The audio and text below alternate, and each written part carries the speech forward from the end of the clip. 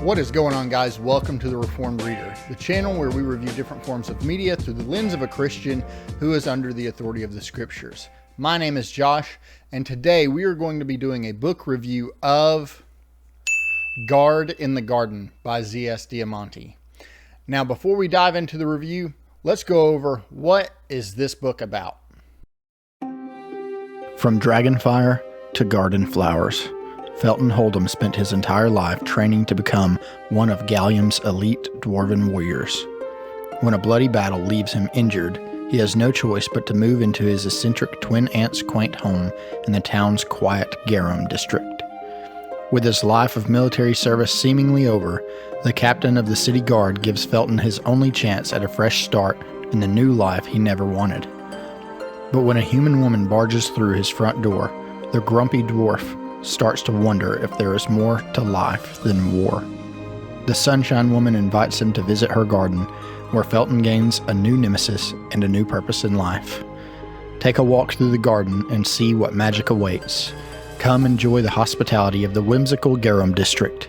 Meet new friends as you sample new breads at the bakery, play a game of castle brick at the tavern, and taste homemade pies during the annual pie baking contest at the fall festival. This is Guard in the Garden. All right, guys, so the way I normally do my reviews is I go over the good, the bad, and the ugly. The good being the things about the book that I enjoyed, the bad being the things that I didn't like so much. These could be things like different characters that we're supposed to like that maybe didn't work for me, or maybe a stylistic choice, or the prose, those types of things. But then I go into the ugly, which is what could be some sin that is steeped into the work that might hold a Christian back from reading it. And I break that down into 5 categories. So let's dive into the review and start with the good. What are some things that I really enjoyed about this book? Most things. I honestly can't think of anything in this book that I didn't not just enjoy, but that I didn't absolutely love. This book was everything that I didn't know that I wanted. I had kind of been experiencing fantasy burnout recently. I had DNF'd about 3 or 4 books in a row. I just wrapped up another book that was pretty good, but I was looking for something that would help me dive back into the fantasy genre, something that would reignite that love and desire for fantasy. But I really didn't want to dive into a really heavy or epic fantasy story, 1,800-page books with 6 volumes in them or whatever. I've just kind of experienced a little bit of burnout as far as that goes. And so I picked up this book predominantly because of the cover and because of the summary. And on top of that, Z.S. Diamanti seems like a fantastic guy, let alone a credible author. Now, I haven't read any of his other works yet. I plan to dive into those probably at the end of this month. But this seemed to be a standalone where it's a story where not a whole lot really happens. So we're following a dwarf named Felton, who is part of a special forces team, basically, in this fantasy world. And he's been injured in combat. And it has sort of forced him to go into retirement. And since that time, and living his entire life training to become this elite warrior, he's lost that. And so he's kind of lost his purpose in life. And so now we're really not following the battle story. We're following how he can put these pieces of his life back together. Now, the reason why I say this was everything that I didn't know that I wanted, it's because the idea of a cozy fantasy book did pique my interest. I'd never read anything like that. And it kind of sounded boring to begin with, that, subgenre. I'm sitting there thinking, okay, so I'm going to read a book about nothing. I'm just going to kind of spend time with characters in a fantasy world. And as mundane as that may sound, it was actually wonderful and refreshing in the sense that, have you ever read a book where you just would love to just be able to spend more time with your characters in their fantasy world? And I would think of it like this. Maybe you loved Lord of the Rings and you just wanted to spend some time with Merry and Pippin and Sam and Frodo in the Shire. That's what this book is. Cozy fantasy is something that is sort of new, but man, this was exactly what I needed for that palate cleanse to reignite that desire to dive back into epic fantasy or fantasy in general. So following Felton's story, man, it wasn't just heartwarming, but it was heart-wrenching at times. It was kind of hard to read as a man that is trying to lead his household well. Being able to empathize with a character in a fantasy world that's a dwarf, but being able to empathize with him of trying to figure out life when things don't go as planned. It wasn't just fun, but it was perplexing in the sense that it really made me think, and also it really helps you to understand and to empathize with our veterans, which I know that the author Zach, I know that he is a veteran and that he's writing from that perspective. But man, it was great to get some of that insight of some of the challenges and maybe struggles that our veterans have to go through on a day-to-day basis, a lot of which is internal. And coming from somebody that, while I'm not a veteran, I do experience some of these internal struggles myself. And so being able to see a character that is written that I can really empathize with, and there's a lot of similarities between he and I, and our demeanor and our approach to things, it was just really refreshing. So, more specifically, what were some things I liked about this book? The idea that we're just spending time in a fantasy world with some characters that you grow to love is just wonderful. On top of that, the characters are fantastic. The characters are unique, even though you're following a dwarf and some humans in a fantasy world. They're very memorable, they're very distinct, and they will stay with me. On top of that, the setting just pulled me in. Every time I picked this book up, I was pulled into this district. I was pulled into the garden. I was pulled into the tavern. I was even pulled into the war in the beginning. The way that Zach was able to draw me in like that is just stellar. It's exemplary. So the characters are great. The setting is great. The story is great. The pacing is absolutely perfect. While it seems like this whole story would be a bit of a lull, it really never was. Didn't find myself at the edge of my seat. This isn't the nail biter that you would pick up and you have to keep reading because it's thrilling. But this is, I just can't wait to dive back into this world and be able to spend some time with characters that I love. And it was so wholesome. It was so wholesome. It was such an uplifting and edifying story. Man, it was wholesome. I mean, I genuinely, I'm going to kind of blend into the bad here, but I genuinely didn't find anything wrong with this book. To me, this is another perfect fantasy book. This is a 6-star read. This is so well done. It's so well executed, and I read it at the perfect time, at the exact right time for me, and kind of the exact right time of year, with spring just now emerging, and you seeing the flowers blooming and those types of things. Reading this during this time, it was perfect. It was perfect timing for me to pick this book up. So, do I dare say that this is a perfect book? For me, it was.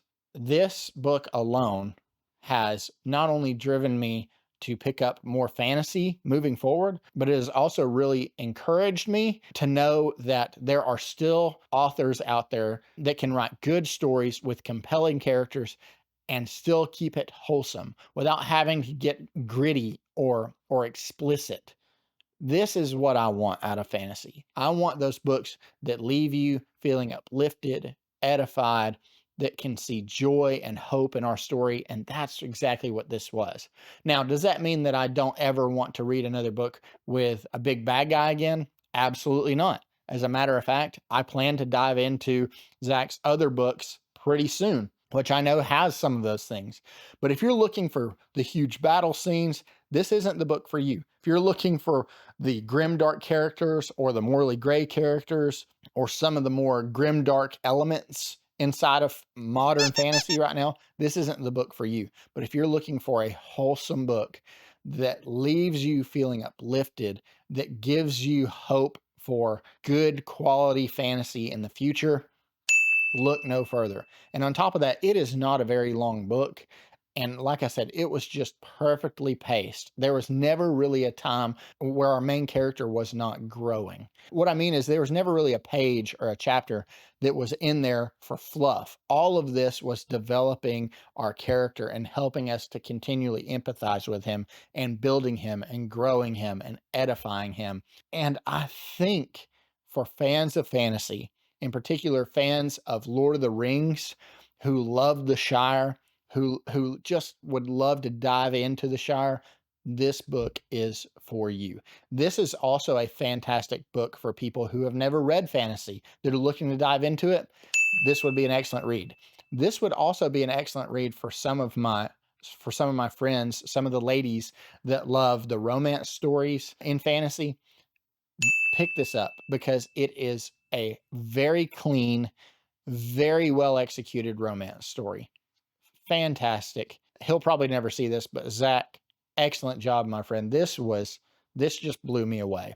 And I can't wait to dive into not only your other series that you've written, but the other cozy fantasy that is coming later this year. I cannot recommend this enough. And so that leads me into the ugly. What kind of sin could be steeped into this book that might still hold a Christian back from picking it up? And again, I break this down into 5 categories. And so let's start with category 1, which is violence and brutality.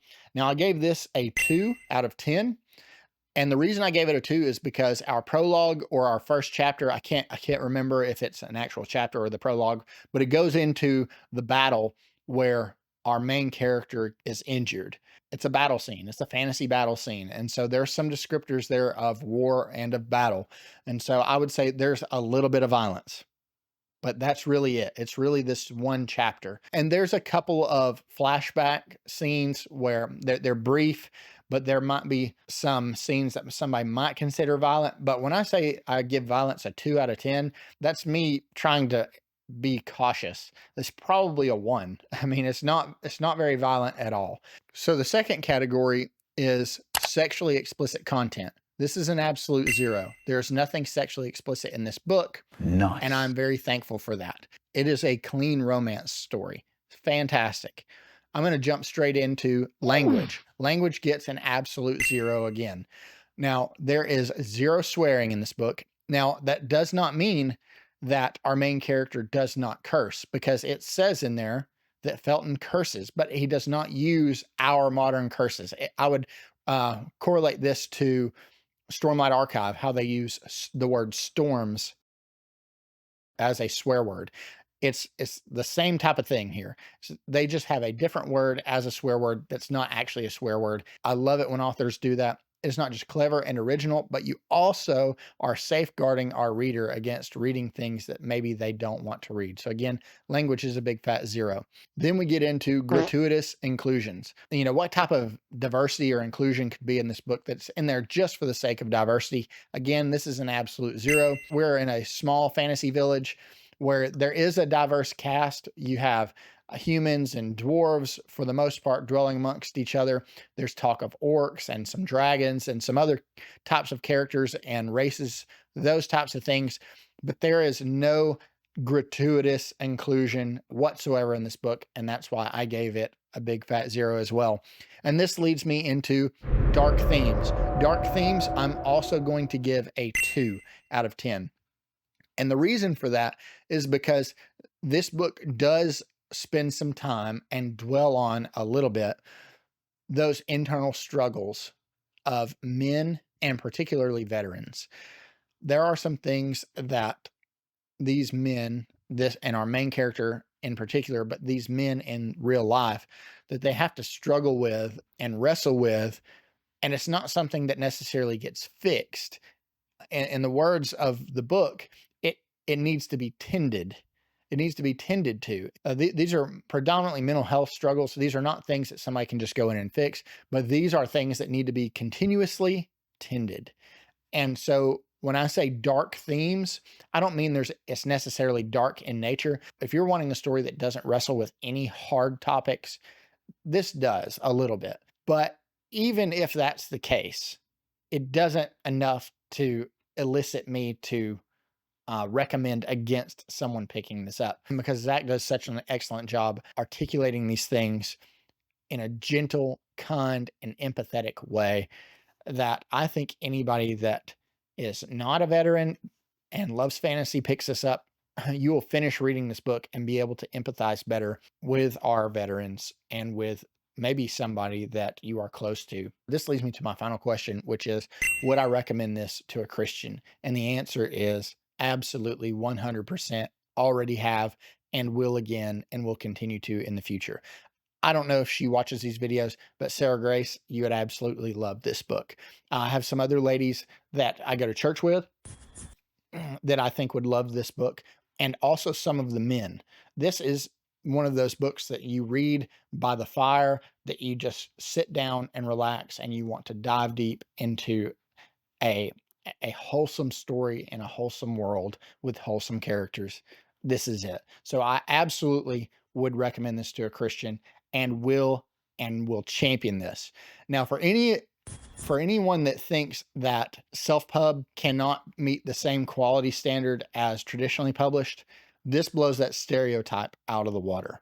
The quality is just absolutely next level. The quality of this book is far better than most of the fantasy books I've read in the past probably year and a half to 2 years. So do not think for a minute that because this is self-published that the quality is diminished or the bar has been lowered. As a matter of fact, I think that this book for me has elevated that bar and will cause me to hold these other fantasy books to a higher standard. This being it. For you authors, you can write good, wholesome stories without being explicit or edgy, and there's an audience for it. I'm one of them. I want to read books that are wholesome. I want to read books that I can go away feeling good about finishing. I don't want to be embarrassed or ashamed about picking up a book. And this fits that bill exactly. So guys, please pick this book up. It is so good.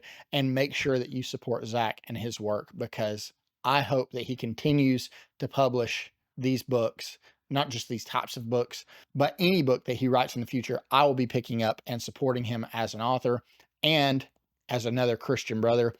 So I can't wait to see what he has in store, because I can only imagine that his writing will only get better. So please pick this up and support him. Such a fantastic series.